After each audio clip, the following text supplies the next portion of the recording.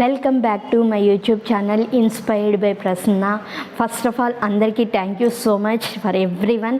ఎందుకు అంటే చాలామంది నా వీడియోస్ని వాచ్ చేస్తున్నారు, at the same time like, share, subscribe and comment కూడా చేస్తున్నారు. Thank you everyone. ఈరోజు ఒక వండర్ఫుల్ టాపిక్ అని చెప్పిన ఒక వండర్ఫుల్ స్టోరీ, ఒక పర్సన్ గురించి, ఒక వ్యక్తి గురించి మాట్లాడాలి అనుకుంటున్నాను. అది నేను లైవ్లో చదివిన తర్వాత చాలా బాగా అనిపించింది. సో మీ అందరికి కూడా యూజ్ అవుతుంది, మీరు అందరూ కూడా తెలుసుకోవాలి అని చెప్పి ఇలా వీడియో రికార్డ్ చేసి మీ అందరికీ షేర్ చేస్తున్నాను. ఆ స్టోరీ ఏంటి అంటే సారీ నాన్న అనే టైటిల్తో స్టార్ట్ అవుతుంది. దాంట్లో ఒక వండర్ఫుల్ మీనింగ్ కూడా ఉంది. సో అదేంటి అన్నది లాస్ట్లో ఎక్స్ప్లెయిన్ చేస్తాను. ఫస్ట్ ఆఫ్ ఆల్ ఒక వ్యక్తి ఉన్నారు. ఆ వ్యక్తి తనకి ఒక 5 ఏళ్ల కూతురు ఉంది. అయితే ఆ రోజు వర్క్ హాలిడే అయితే కూర్చొని జస్ట్ ఆయన కార్ క్లీన్ చేస్తున్నారన్నమాట. క్లీన్ చేస్తుంటే ఆ 5 ఏళ్ల కూతురు అక్కడే ఆడుకుంటుంటే సరదాగా ఏం చేసిందంటే అక్కడ ఒక స్టోన్స్ ఉంటే ఆ స్టోన్స్తో కారు మీద గీతలు గీసింది. వాళ్ళ నాన్నగారికి చాలా కోపం వచ్చేసింది. తనకి ఎంతో ఇష్టమైన కారు అలా పాడు చేసేస్తుంది అని తను పక్కకి గెంటేశాడు.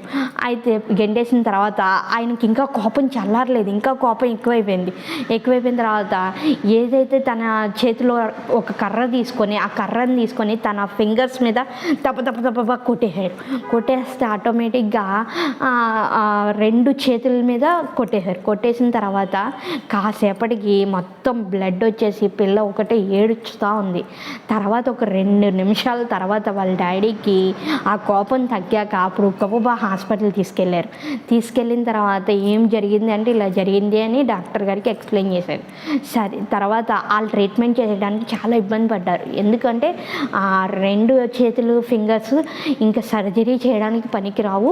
సో 2 చేతుల ఫింగర్స్ తీసేయాలి, బాగా డ్యామేజ్ అయిపోయినాయి అని చెప్పేసి డాక్టర్ చెప్పారు.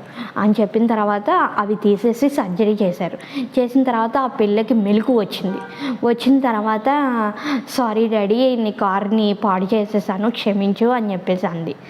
ఆయనకి ఏం మాట్లాడాలో అర్థం కాలేదు.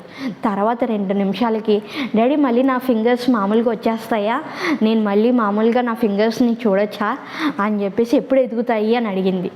ఇంకా ఆ మాటకి ఆయనకి ఎలా మాట్లాడాలో, ఏం మాట్లాడాలో, ఎలా కన్విన్స్ చేయాలి, వాళ్ళ కూతురికి ఎలా ఎక్స్ప్లెయిన్ చేయాలి, ఏం అర్థం కాలేదు. అక్కడి నుంచి మౌనంగా పక్కకు వచ్చేసి ఏదైతే ఆయన కారు ఉందో ఆ కారు దగ్గరికి వెళ్ళి దాన్ని అటు ఇటు దాని ఇష్టం వచ్చినట్టు కొట్టేసిన తర్వాత కళ్ళమ్మట నీళ్ళు పెట్టుకొని ఆ నీళ్ళలో ఆయన ఏదైతే కారు మీద అమ్మాయి ఏదైతే లెటర్స్ రాసిందో అలా చెమ్మగిల్లుతూ ఆ యొక్క లెటర్స్ని అలాగ అబ్జర్వ్ చేస్తే ఇంతకీ అమ్మాయి ఏం రాసిందో తెలుసా? ఐ లవ్ యూ డాడీ అని రాసింది ఆ కార్డ్ మీద. సో అవి చూసాక ఆయనకి ఇంకా ఏం మాట్లాడాలి, దీన్ని ఎలా రెస్పాండ్ అవ్వాలి అన్నది అర్థం కాలేదు. సో దాని తర్వాత తనలో తాను చాలా పశ్చాత్తాపడ్డాడు. కానీ ఇక్కడ ఒక విషయం మనం అబ్జర్వ్ చేయవలసింది, మనం నేర్చుకోవాల్సింది ఏంటి అంటే ఆ వ్యక్తిని కాదు ఏ వ్యక్తి అయినా కానీ కోపానికి వినాశనానికి చాలా దగ్గర సంబంధం ఉంటుంది. కోపంలో మనం ఏ పనులు చేస్తామో అవి తిరిగి వినాశనానికి దారి తీస్తాయి అని చెప్పేసి ఇక్కడ మనకి 2 వర్డ్స్ ఉన్నాయి. ఒకటి యాంగర్, 2 డేంజర్. యాంగర్కి డేంజర్కి మధ్యలో ఒక లెటర్ తేడా ఏంటి అంటే ఏ యాంగర్, డి డేంజర్. సో ఈ రెండిటిని కోపాన్ని ఫస్ట్ చూపించేశాడు, తర్వాత వినాశనాన్ని కూడా దాని పరిణామం చూపించేసింది. సో ఆ విధంగానే మన లైఫ్లో మనకి ప్రతిసారి కోపం వచ్చినప్పుడల్లా అది ఒక రకంగా వినాశనానికి దారి తీస్తుందని మనం ఎప్పుడూ కూడా మర్చిపోకూడదు అని ఆ స్టోరీ చదివిన తర్వాత నాకు అర్థమైంది.